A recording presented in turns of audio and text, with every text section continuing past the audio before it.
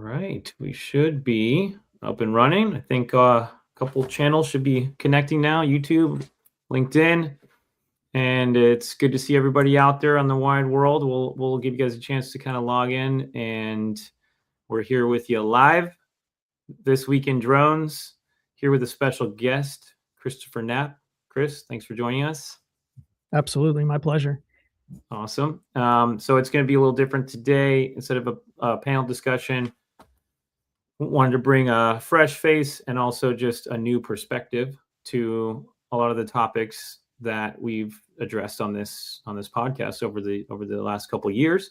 Right. Typically, we're focused on enabling drones. This week in drones, right? And either enabling drones for inspections or deliveries or law enforcement, drone as first responder, or counter UAS, right? And using systems, tools, radars, Echodyne, whatever the case, for detecting, tracking, identifying, alerting if there's a drone that shouldn't be there over your data center, over your electric utility, you name it, right? So with that backdrop, and folks, tuning in from different perspectives here, Chris brings a really interesting kind of element to this overlay, that of autonomy. I won't try to speak for him exactly to explain what all he does. I'll let him share. But, he comes from a world in which he's able to use software, AI, all sorts of, things under the hood that he can explain to allow robotics to be used, right? Autonomously in more of like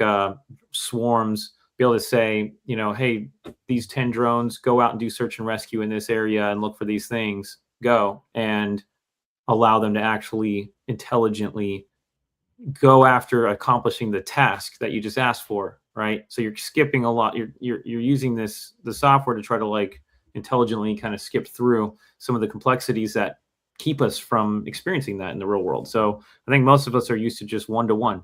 I'm going to fly my drone. I'm going to stand there in the spot where I'm flying it, make sure, have a visual observer and go back and forth and do the search and rescue right there real time. Well, we're so far beyond that in terms of what's really capable, right? And so we can get into that, the enablement side, and then the scary thing is, okay, well, what about the counter UAS element? What about, I've got some radars, remote ID cameras up at a prison, and we've got drones coming in delivering contraband. Well, what about, using the capability of drone swarms? And I'm sure you can get into that as well. And even red teaming, that like, can we do red teams on some of these sites to see where there might be vulnerabilities and holes in our systems, right? So that's kind of a full picture of kind of the context from our perspective here at This Week in Drones, and then some of the things I want to dive in with you, Chris. And so folks out there listening, we are, if you're listening live, Richard Reynolds, shout out. Nice to see you on there. If you guys have questions for Chris or for myself related to AI, autonomy, drones, drone detection, then feel free to send them in as we're chatting here over the next hour. So with that said, Chris, I'll turn it to you. I would love to, just for folks out there, to hear a quick timeline of your kind of your background, getting into the military and getting into uncrewed systems, and then just kind of that brief timeline we talked about earlier. Give a backdrop, and then I'll toss a question and kind of start the conversation after that. Yeah, absolutely. So, Chris Knapp, I've been, I would say, in this community right now for almost 15, 16 years. My background is 22 years in the Navy. The latter portion of my career I spent with Air Force Special Operations and Naval Special Warfare. I am a crewed aviator, if you will, by trade, originally in the E-2 Hawkeye, so Airborne Battlefield Command and Control. Took that kind of experience and did a hard right turn into manned ISR. So the same type of stuff that drones do, just sitting in the aircraft doing direct support for guys on the ground.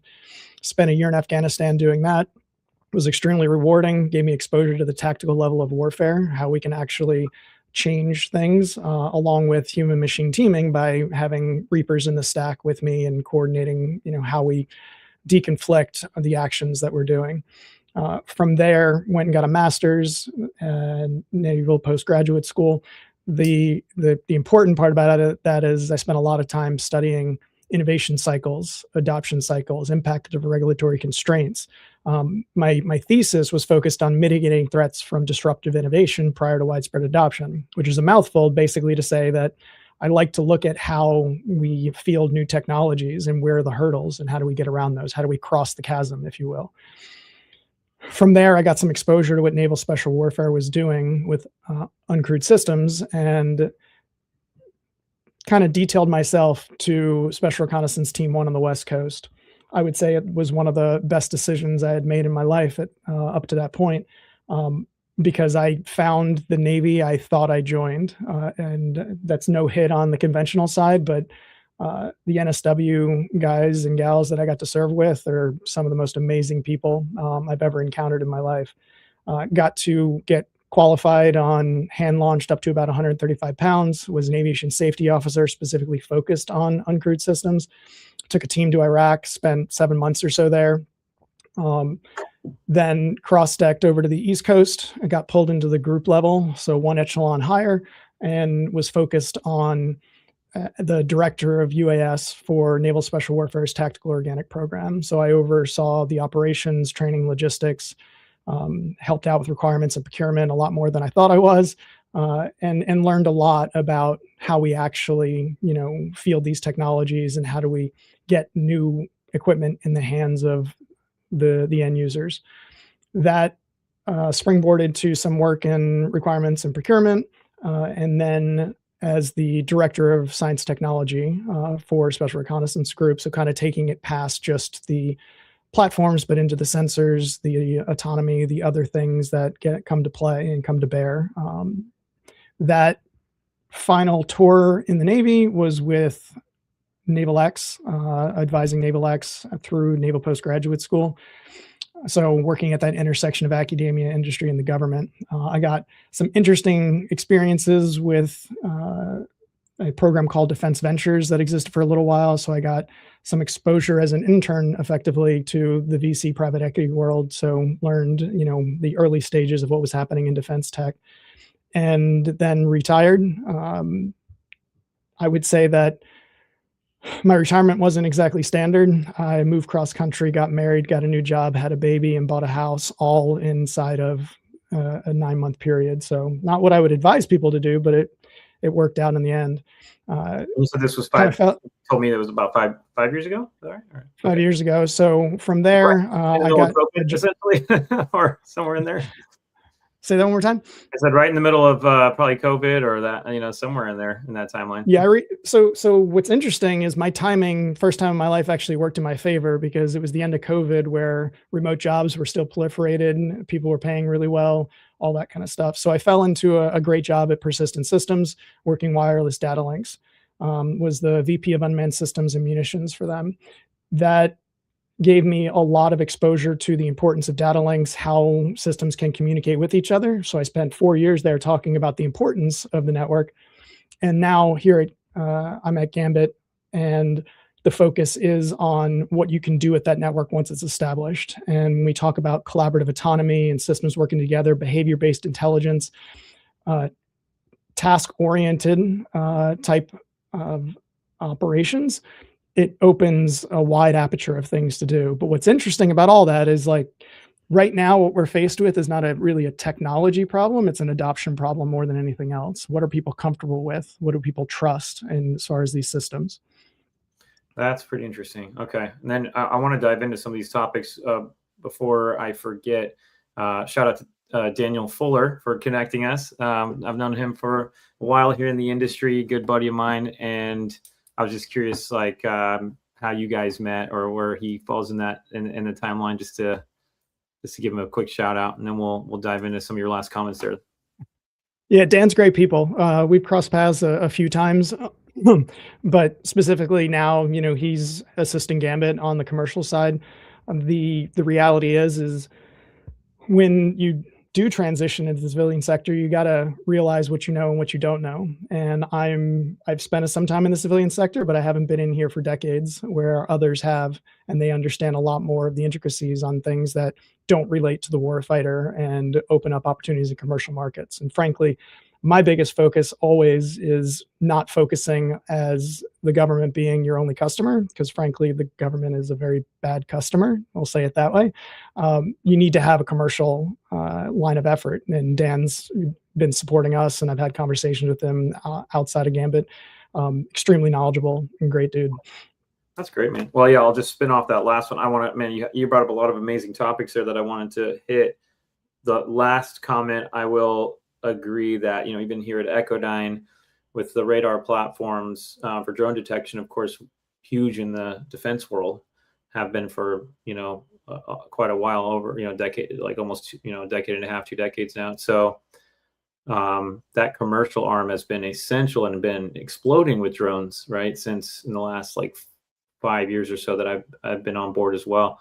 And it's become a pretty, incredibly strong part of our business. But, all of a sudden, the World Cup has needed drone detection across the board for all these 11 host cities, and like within those 11 cities, like 200 soft sites, and I'm sure you've seen the news. They're saying, 300 drones have near these sites at least have been, either confiscated or whatever the word is. They've kind of addressed over 300 of them so far as of a couple of days ago. At least that was published in the news. Anyway, so like the commercial world and drones and autonomy and defense tech and all of that is significantly coming together. And even you're looking at like FEMA. They had the 200. They gave that first round of 250 million before the World Cup, and then second round 250 million. That's going to go to all 50 states come October. It's something that we're all tracking and want to be involved in, right? So yes, that commercial element is huge.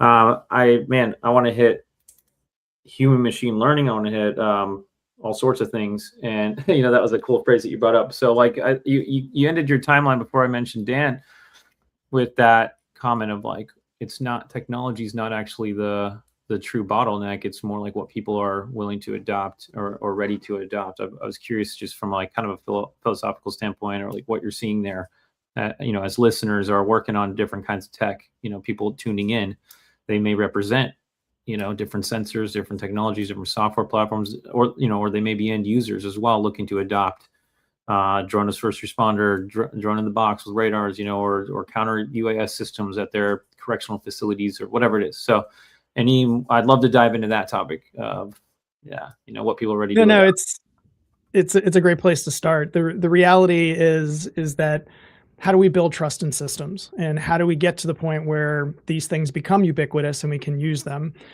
The inherent problem is in the realm of, let's just say, defense tech. And we can expand it to commercial side, but just in defense tech, like there's a focus on tech rather than on the defense side of it. And in that sense of, in the tech world, you push stuff out into the field and you patch it later, or you update it and you fix the problem if there is one, but you do a lot of internal testing, but you really get most of your testing done once it's in the field and in the wild. That becomes a huge problem when we talk about things where safety is a huge factor and security is a big concern. People are not going to be as willing to take that risk where people's lives could be in danger. So we come back to, how do we get people to trust, and how do we build out that capability? And the reality is autonomous systems, dull, dirty, dangerous. So with that, it almost goes in that order. Like, we should be starting with dull type things and getting people used to interacting with these systems to replace tasks that are monotonous, that require maybe a specialized operator, but are very repetitive at the end of the day. Once we get people removed from that and into a higher level of managing multiple systems that are executing those tasks, they start getting used to interacting with these. And what's really funny is a perfect example of like where we currently stay, the current state of things is, I was just at the Energy Drone and Robotics Summit in Houston. And what kind of made it a little interesting for me was there was a lot of robotics there. Some humanoid robots, some quadrupeds, things of that nature, and they're all moving around. And what you find is a lot of people are taking pictures of them. The humanoid is dancing. Like, this is one of those things where there's still a novelty to a lot of these systems. And how do we move past that? And how do we start using them for appropriate things? That's funny. And I it comes, literally got a text of a video of a dance robot from Energy Drone Robotics, from some of the folks I know that were there as well. So that happened to me this week, literally. yep. Yeah. So like this is kind of where we are with things. So when we start talking about why there's an adoption problem, it's because of stuff like that.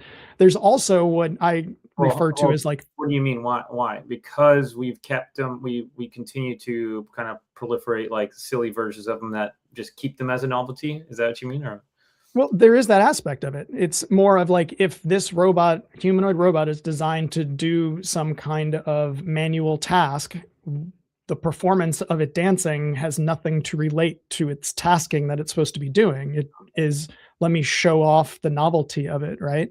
Like there's an aspect of maybe showing me, like they could have it at the booth with like separating colored blocks from each other or something, and that would be doing the job that it's supposed to replace. But one of the things that I was getting at, and one of the key components of this, is that what we're up against when we come to adoption is what I've referred to as like the Tesla problem. Tesla has millions and millions and millions of safe miles, but one accident is front page news and becomes all like, well, autonomous cars don't work.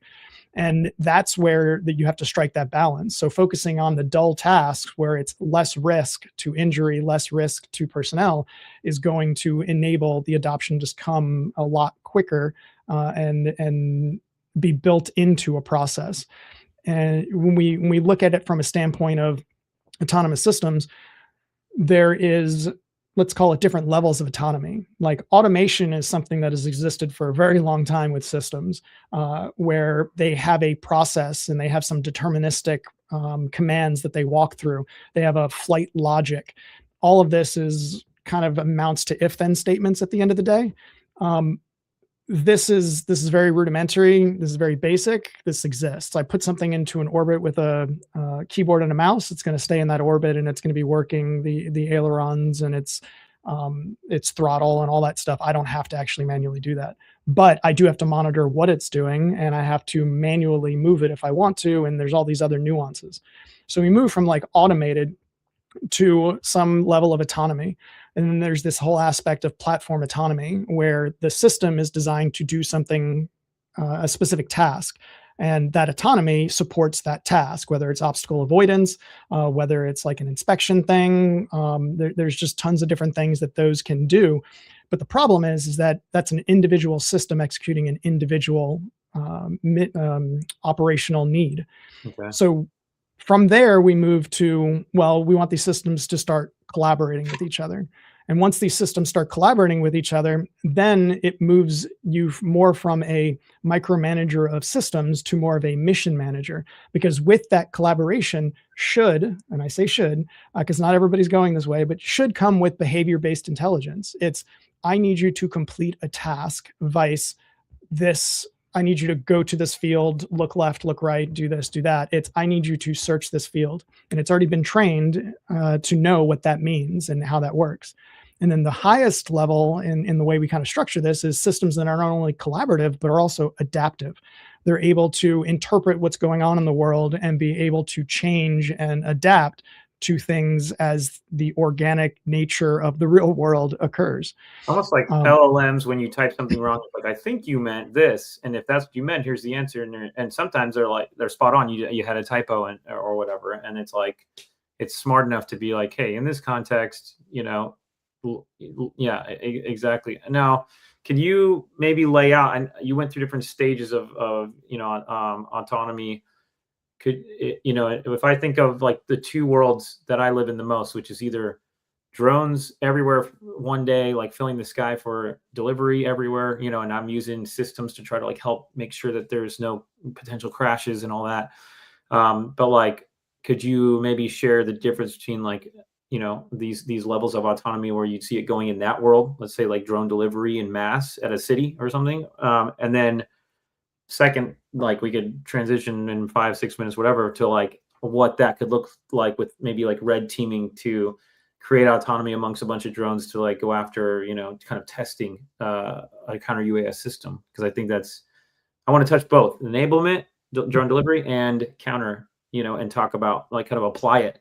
what you just said to that, if you could walk people through that as they're thinking. Yeah, I love the topic of drone delivery. I mean, the end result is this, is that it started off as probably a PR stunt more than anything else, and it was a novelty in itself. It still is a novelty to a fair extent, but the reality is there's widespread applicability for this, and it just makes logical sense of ways that we can maneuver, um, address that last tactical mile, if you will. The adoption problem that's centered around that is focused on answering some key questions. What is the liability when something goes wrong? How are we monitoring where all these systems are? And this is, obviously where, Equidyne's capability comes in huge, because the reality is we're talking about Class G airspace, uncontrolled airspace that these things would be operating in.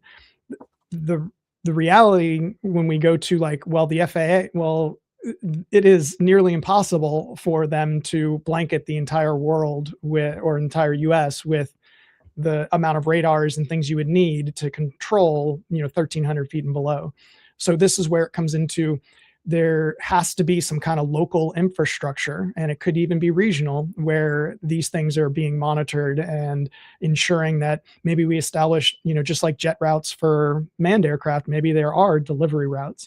Like, are these things actually going to be flying over people's homes, or are they going to be flying over specific routes that have been defined to reduce the risk that's involved?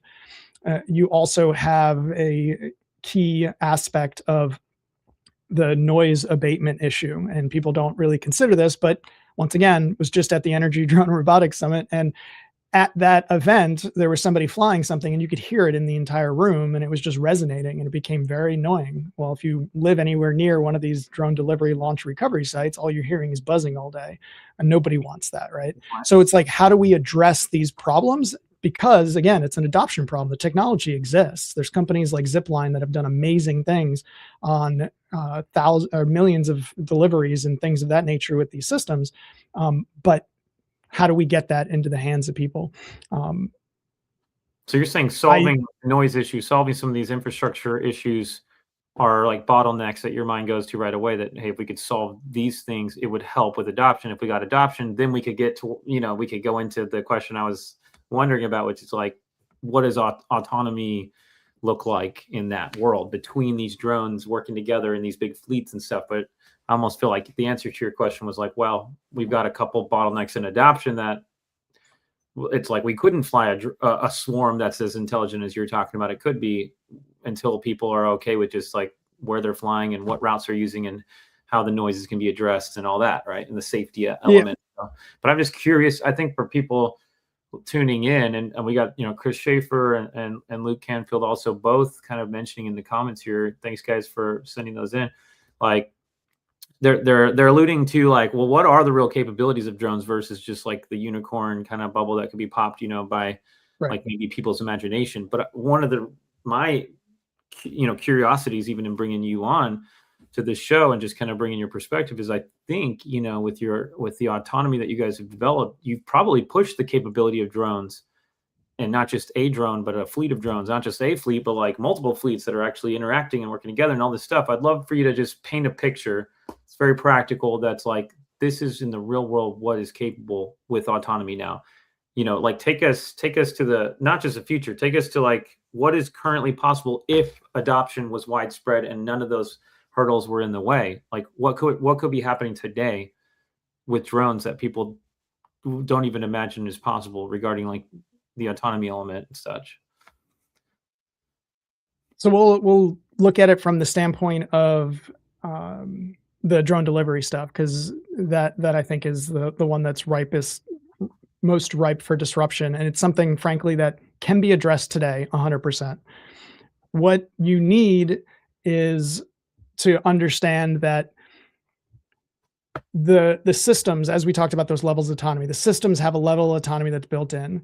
What you need is a layer above that is ensuring that these systems are working collaboratively, so that they, one, deconflict with each other, two, they don't double up on the work, they don't go to the same location with the same package, they can enable the timing that's required for you to load the deliveries and things of that nature. So today, if you wanted to have a drone that was at a building, you loaded it up with a package, you told it it needed to be delivered to a specific address, it could launch, it could go to the hopefully established flight route that it's supposed to be flying on, and land, deposit the package, and come back.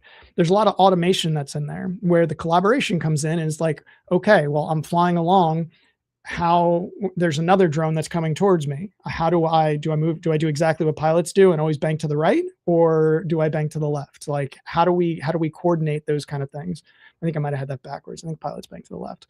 This is what happens when you're a naval flight officer and you're not a pilot. You forget those things. But the point is that that's where the autonomy starts kicking in, where these systems are like, hey, I'm coming at you. I need you to go to the left and I will go to the right. There's an aspect of a lot of things that are occurring that people are familiar with. Go with like simply a drone light show, for example. This is very structured. This is very simplistic. It's very rudimentary. It looks really cool, but it's really just waypoint navigation. These systems are not talking to each other. They're not organizing. They're being controlled at a ground control station that puts them in certain places in a three-dimensional environment, and that's how they make these amazing images. If you were to adopt something like what Gambit's doing, what would end up happening in like a drone light show is, as we always see, we see some of the platforms fall from the sky, or we see the lights don't light up and there's just these like empty spots in the image. The autonomy that's there would understand, hey, the center of the image is a lot more important to light up and be able to be visible than the outskirts. Or I've lost 20% of my platforms. How do I then adapt the image that I have to of sources?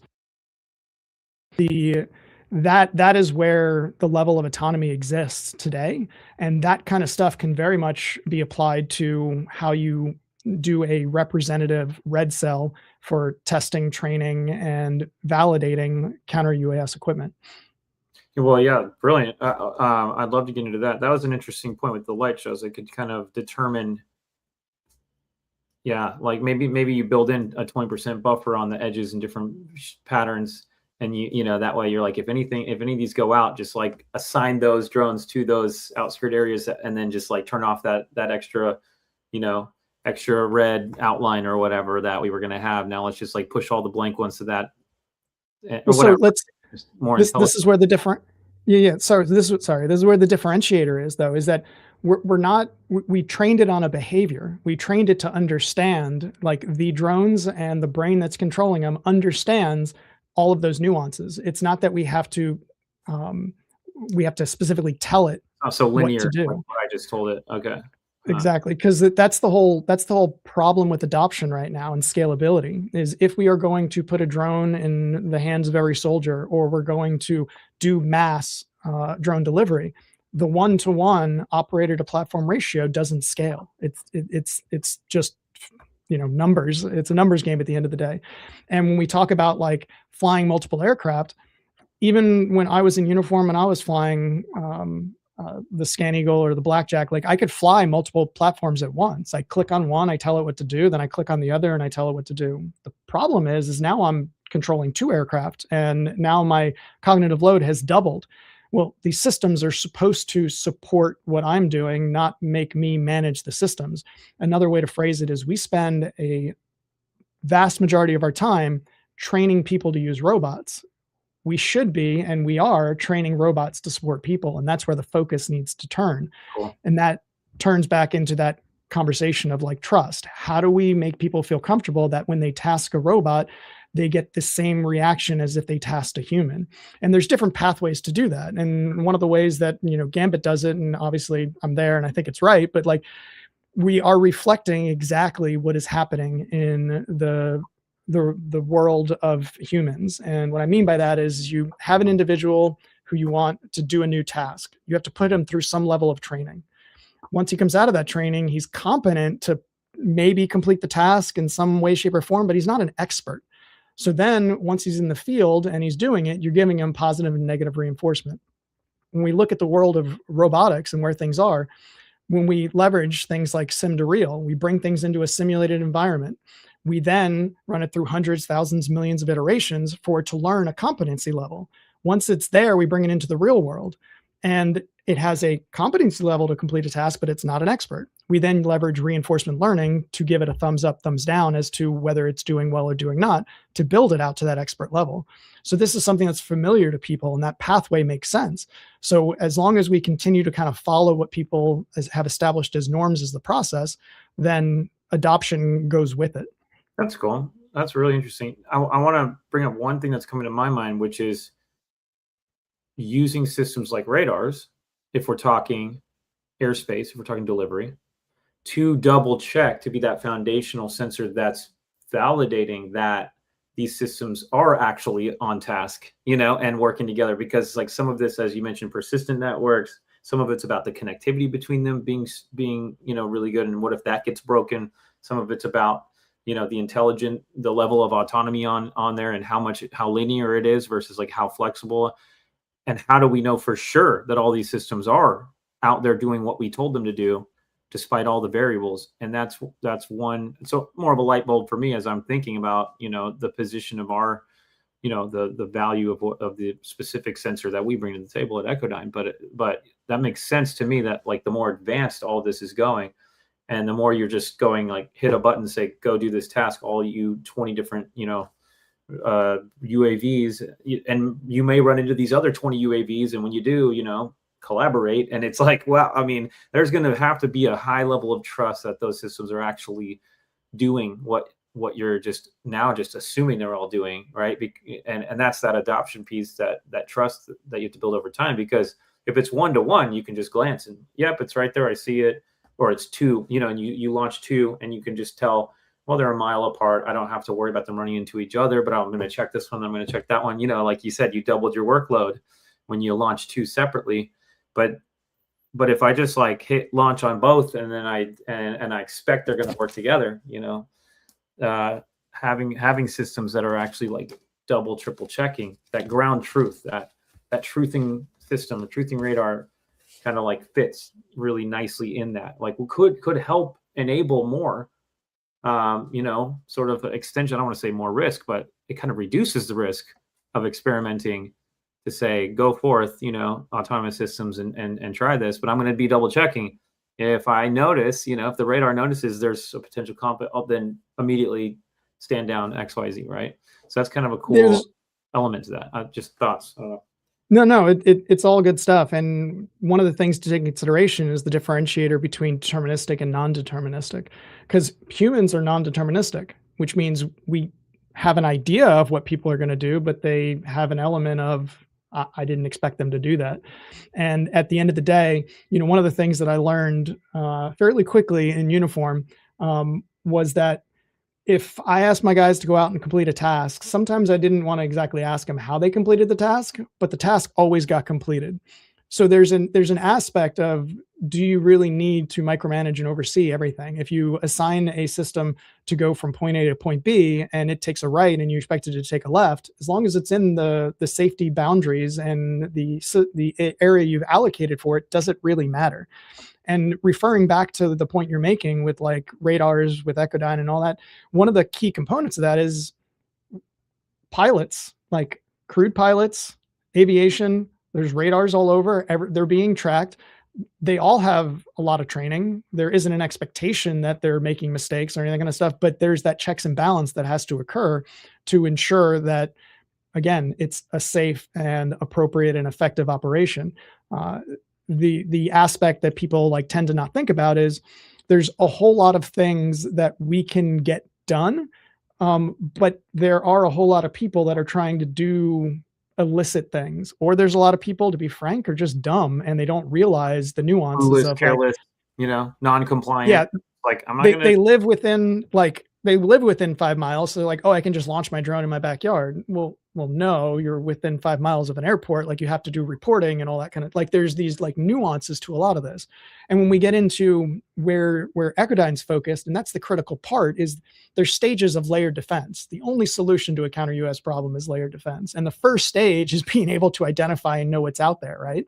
I always refer back to, my roots, if you will, and look at it from the F3, EAD like mentality: find, fix, exploit, assess, and disseminate. Like that aspect is extremely important when we talk about how that layered defense is going to work. And that find piece is where everything starts to enable the chain of events that happen after that. And how accurate your finding is, how quickly you can actually identify, classify, all of that starts to matter tremendously when it's the first foundational domino that has to fall for that whole chain, reaction, right? Exactly. So, okay, perfect transition then to talk about how the autonomy, swarms, intelligence, all of that can be leveraged, how you've seen it leveraged for red cell, red teaming. What comes to mind is like putting up counter UAS technology at a whatever correctional facility or an airport or you name it, somewhere, or it could be defense oriented as well. I personally focus more on the SLTT side, the critical infrastructure side, but like, how do these electric utilities or airports or ports or stadiums need to be thinking when it comes to like, do they just buy the product that's the brand they recognize, and just hope it works? For us, like, we're a very precise radar that does what we're going to say it's going to, does what we say it's going to do. But the only way you can know that is if you test in the real world and you test against competitors, and they could kind of say whatever they want. And there's all this like kind of fog around like, what does equipment actually do? And do we need the really high resolution, or can we just get away with, the cheaper option? And so I run into that in the real world, and all that preamble to say, like, walk us through a little bit, how you would, or how you have vetted counter UAS layered systems at a certain facility using this technology you're talking about, using like multiple drones, multiple robots, whatever it looks like, that are intelligent, that are learning, that are adapting. Like, what, that's way beyond just like, let's have a drone pilot there and have them launch and have them, go in and out, up and down. And we say, hey, we saw them, like what could we be doing, at these more critical sites to vet the technology? This is a really interesting area. I would say I am extremely passionate about the whole counter UAS, and it's a very interesting field because it's not new. I mean, you can go back to more than 10 years ago at this point in time, where DJI products were had like 40 mic attached to them, and they were dropping it on U.S. soldiers and stuff like that in conflict zones. So it's not a new threat, but after a decade, we've not come very far, and a lot of that comes down to some of the approaches that people are taking to it. So the first place to start is the fact that, again, it all starts with identifying and understanding what's out there. That part's easy. There's no excuse as to why that shouldn't be proliferated across critical infrastructure areas that could be high risk, everything with the FIFA World Cup. Like, that's the easy part. That's the easiest part that just needs to be addressed first. Where things get complicated. Get the equipment out there. Is that what you're saying? Or yeah, I mean, it's a matter of getting the equipment out there, and not, there isn't a one size fits all for any organization or anything. And a lot of it has to be balanced with, what's the cost. But there's companies out there that are doing, counter UAS identification as a service. So like there's not really a barrier for entry, but there is a lot of noise that's out there and things that work and don't work. So part of the problem with some of these organizations that have established, the service networks, is that they're really good to find like DJI, but not homegrown type things, because they are looking for certain electronic frequencies, as opposed to something like Echodyne, where it's looking at what's out there. And the important side on Echodyne, for example, and anyone who's doing like that radar or identification, is making sure that there aren't a whole lot of false alerts, because just like anywhere else, if you get a whole bunch of false alerts, you're just going to turn it off or ignore it, and it's going to miss the things that are important, right? But in order to do that, and even to take this first step, once you for example, put up your radars. How are you confirming that they are actually identifying what you need them to identify and that there aren't any gaps or any holes?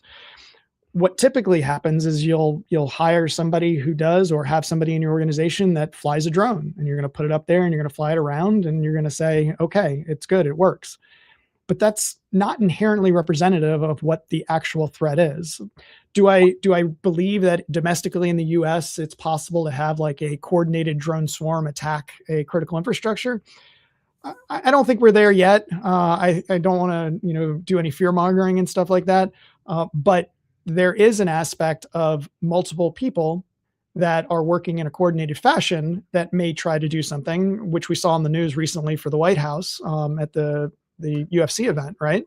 So that is there. It is a threat that exists. And the other thing is that I thought I mentioned it's all the angles that multiple drones could be flying from as well. Even if they're flying right, individually, it's like, are they going to fly high, low, fast, slow? Are they coming from exactly. the north, from the south, behind that tree line, over that ridge? Like, so, and it's impossible for a single pilot at a given site to just like launch a drone and come in and do a thorough analysis, whether it's during a shootout, with my system versus someone else's, so then they're not being pressed to see like, are they really, really accurate, or are they just like seeing the one thing that we put up, yes, no, buy the product, right? Like that would be amazing if they pushed the line further on, let's like lean into these systems, see if they actually do what they say they're going to do, because that's where we end And up that's serving the yeah, and customer, that's the you know? absolutely. And that's the whole point, is how do we ensure the customer is getting exactly what we are telling them we can provide?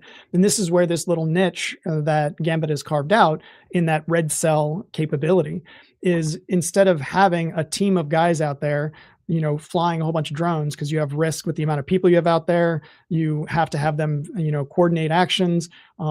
They're only going to think in the ways that relate to their background, as opposed to you have one guy out there that's flying 5, 10, 15, 20 drones, and he effectively has a dial of how complex, like, are they just drones that are flying around? Are these drones that are coming after the target? And have the drones figure out where the vulnerabilities are, have them fly around and tell them with the reinforcement learning, yes or no, you're doing well, you're doing bad. And they can identify where those gaps are. And this happens in a lot more of a effective fashion because these systems are coordinated. So you don't have to worry about them running into each other. You don't have to deconflict with them. And you can take all the resources that you would have had with individual people flying individual drones, and they can do other things that are more important than just have these drones. They can monitor the systems. They can adjust where they are in real time. Like it's a efficiency, it's a cost savings type thing. And at the end of the day, the customer gets to feel that the system has been properly tested and vetted, and it gives them an opportunity to train to it, where it doesn't become a huge, resource constraint. Again, having to put a whole bunch of people out in the field. You could probably do that with, off the shelf drones too, right? I mean, you just buy, 4 of these, for like drones you buy for Christmas or whatever, and throw the software on there and hit the button and go practically, right? I mean, And that's the massive cost to be able to deploy something like this? no, and that's kind of the key component. I mean, I say it with an asterisk. There are companies out there that require quite expensive sensor packages to do things that, like what Gambit's doing. But generally, the idea is to be hardware agnostic and software agnostic, and be able to load the software needed onto any of the platforms that are out there. There's also an aspect of having a architecture that is modular, where maybe you don't need to load anything onto the platforms. You can just do it all at the ground control station. I mean, that's inherently a brittle architecture when you're doing like more complex things in contested or congested environments. But for something like testing, training, and validating, like, you don't have to worry about that. So the barrier for integrating on them is extremely low. You build out the behavior, and again, it turns into a dial of how complex you want the behavior to be. No kidding. That's good, man. I'm trying to like keep up with these comments too that are coming in 100%, 200%. People are agreeing with, I think, some of the comments that Chris and Luke have been making, but I'm trying to pick up where they left off, but Luke said he's actually speaking on the domestic drone threat with infrastructure in a few weeks.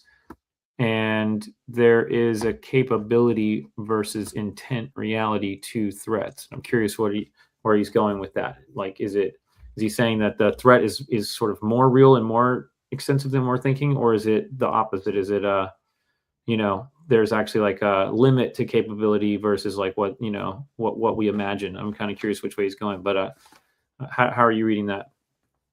I'm reading that as the threat is real, and the threat is not exactly what you would consider, I would say, a complex threat. But when you have no method to mitigate it and no method to identify it, then you're gonna lose. Like you're gonna suffer some massive consequences. There's like nuances when you get into critical infrastructure that people don't realize, and the first one starts with the fact that these were built for speed and growth through like the industrial revolution and other things like that, right?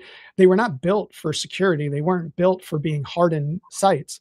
And a lot of the equipment that runs this country is custom built, and it's like one off. And if you lose it, it takes a long time for you to replace it. And that could be detrimental.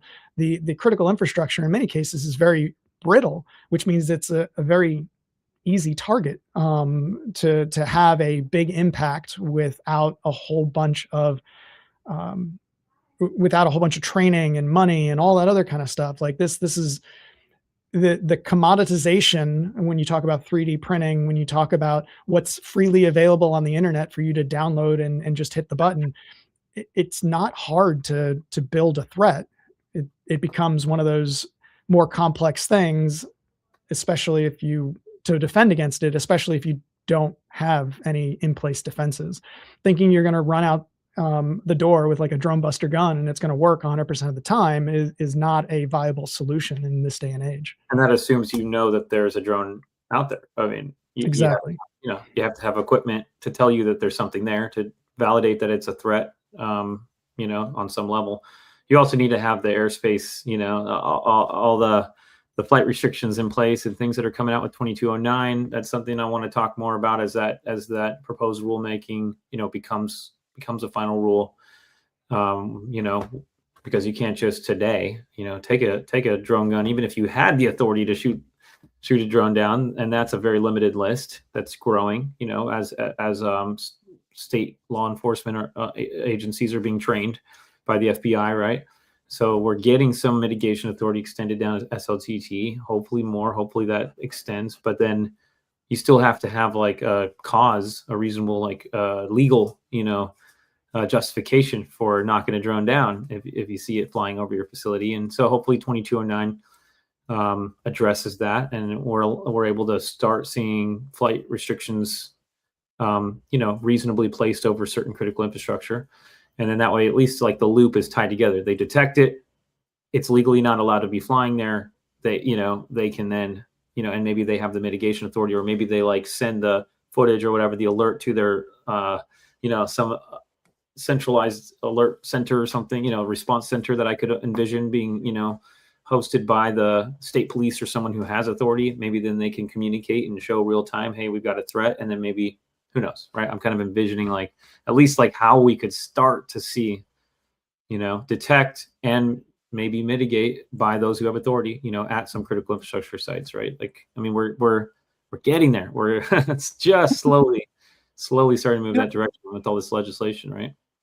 No, you're hitting all the important points, because at the end of the day, I don't know if you've talked about before, like the Aircraft Sabotage Act, 18 U.S. Code 32. Have you ever dug into that? Laser or do anything like do anything to like take a flying, something certified as an aircraft out of the national airspace, basically, right?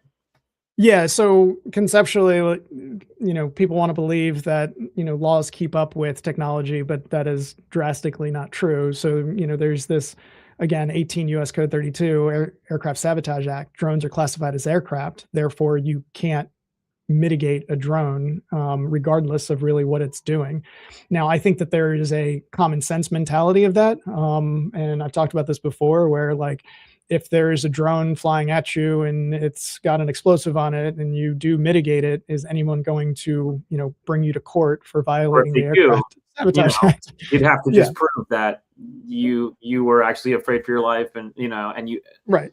And again, that's why you should, best case scenario, you have the sensors in place that you could go back in court and show radar tracks, camera footage, the camera actually cued over to it. It was classified as a drone. You have the image of the drone in the camera with the payload hanging on it. It's flying towards you. Like, that would be a lot of really good evidence to present, to show that you were reasonable, in your action. Right. This is 100% where it relates back to that whole aspect of identification is the first step, because it opens the door. Like, there's executive orders that have been signed recently trying to open up the aperture as to who has authorities to do what. It's going to take some time to get laws changed and other things like that. But this turns into something, again, people should be familiar with, is you have a fire exit plan for your building. You have like a active shooter drill that you run. Like, this is one of those things that you just need to have a plan in place as to what you're going to do. Because just like you alluded to, who are you calling if you see a drone over your critical infrastructure? Like, what's that number?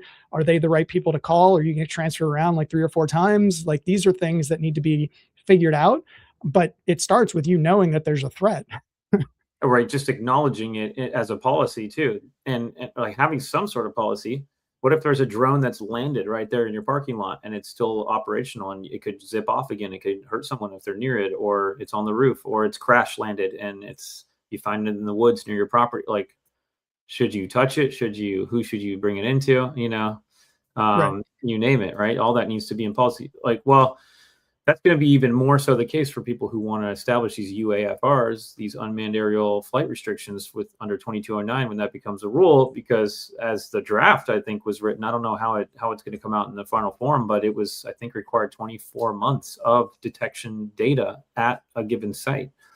Not only that, because that's the business case. Like, hey, we've been detecting for 24 months. Here's like the kind of the data from that show proving that we may have an issue here. So FAA, please give us the ability to restrict this airspace. But not only that, but it needs to be integrated into their policies and into their entire security posture. Kind of what you just alluded to there. It's like, yeah, we do active shooter training. We also do active drone training. And we train on it. We have sensors deployed. If something is detected or visually, we see it and it's there, it's on the ground. Here's the protocol. Here's who we call, on and on and on. The FAA is requiring all of that to be like a full-fledged part of an organization's security posture, security plan, security, all that, before they will sign off on restricting the airspace. And it's because it's like, it makes sense, because they're saying, well, if we're entrusting this airspace to you to be able to, to kind of define who's allowed to fly through it or not, you need to prove to us that you can detect and identify and differentiate and know who's flying in your airspace with your technology. And we need to trust you're going to follow the policies that you've written down that we could prove, like, for what you're going to do if someone's flying in our airspace over your property. It really, it's going to be, more challenging, I think, than people want to admit, to get those flight restrictions.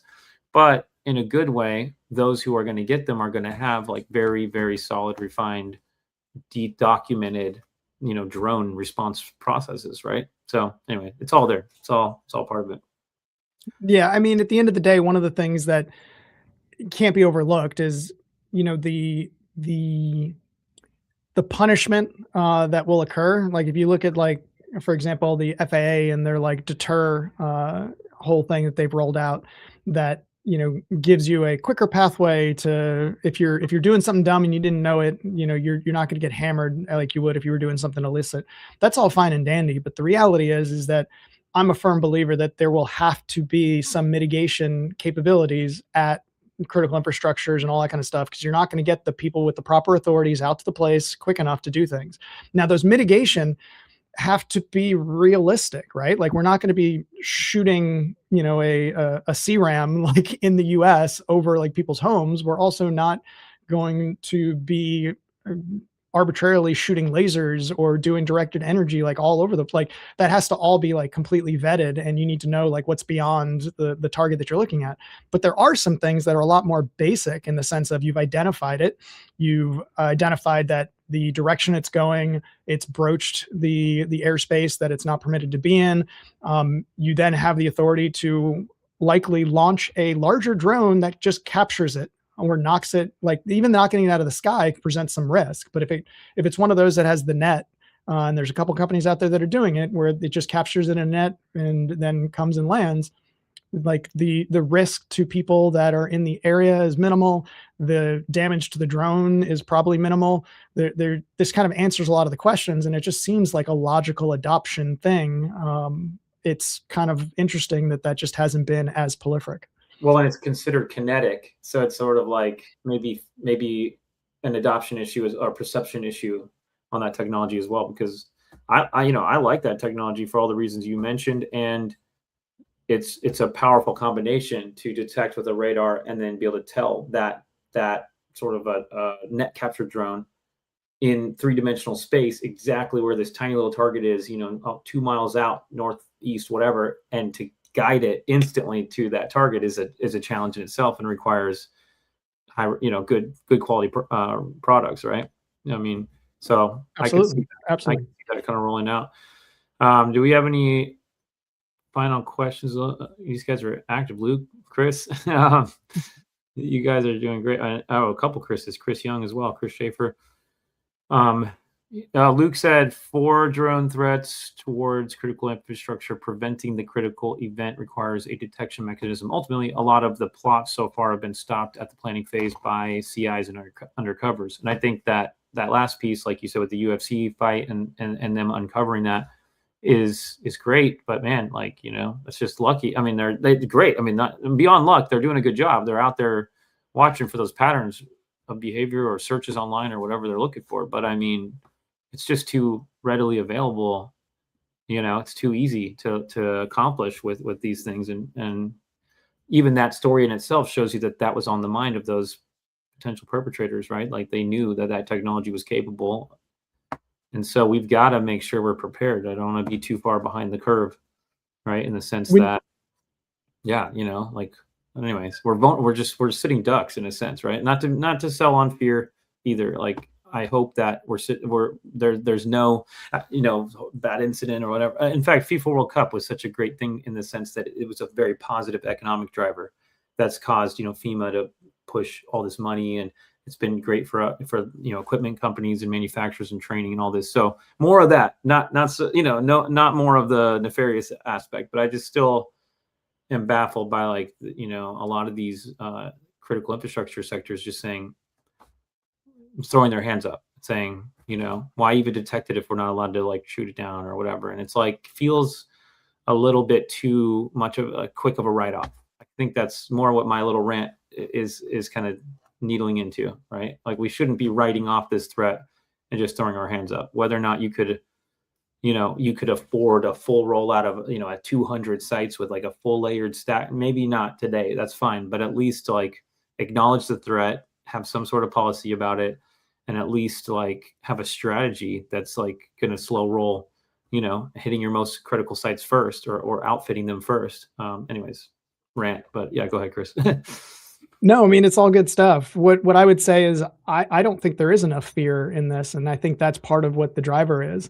It turns into one of those things that I think there are plenty of people that acknowledge the threat exists. I think that there is also a perception that maybe it's too complex to solve, or that there are specific organizations that are solving this problem when in reality they've been working a long time and they haven't made it very far. I mean, I say it this way, right? Watching something like what happened in Russia with Operation Spiderweb and thinking that is not possible, what I'd encourage people to do is take a look at how far 3D printing firearms has come over the last, oh man, I'm dating myself, decade at this point in time. In my paper in 2013, I think, I wrote about 3D printing and how it could be proliferated, and it was already, cat was out of the bag because it existed. You can't mitigate something once it's out in the wild. And now we're dealing with the same thing with drones and the capabilities that you can get with them. You can download a YOLO model any day of the week and train it to do target recognition. That's not complicated. That's not hard. It doesn't require a lot of skill. These are things that I think generally people kind of know, but they haven't really gotten enough of a kick in the pants to actually do something about. I will say, I don't know if you have another meeting popping up right here on the hour. If do you or not? I mean, I got a couple extra minutes.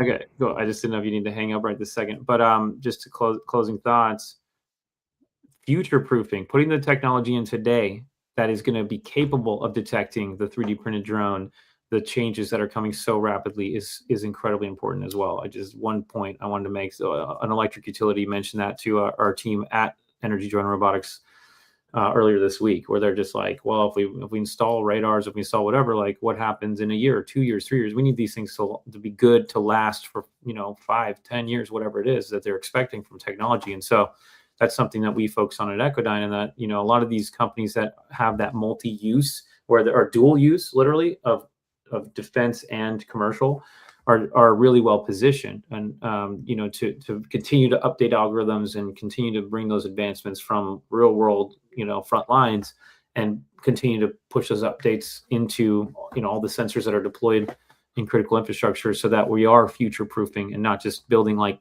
sort of the quickest, cheapest answer for today's threat.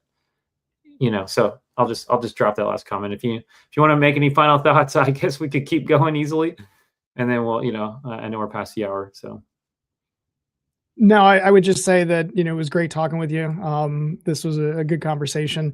At the end of the day, if people are interested in what is going on in Gambit, you can check us out at gambit.us. If you're interested in the red team type stuff, we've got stuff there. And we also have a memorandum of understanding and a partnership with Pendleton UAS Test Range out in Oregon, where we've already established a relationship to be able to provide that stuff. And we're adding new partners all the time. We are very much interested in this counter UAS problem set and want to help support the testing, vetting, validating, and training of counter UAS equipment. Come on. Well, thanks, Chris. Everybody, yeah, I'm glad you shouted out about those.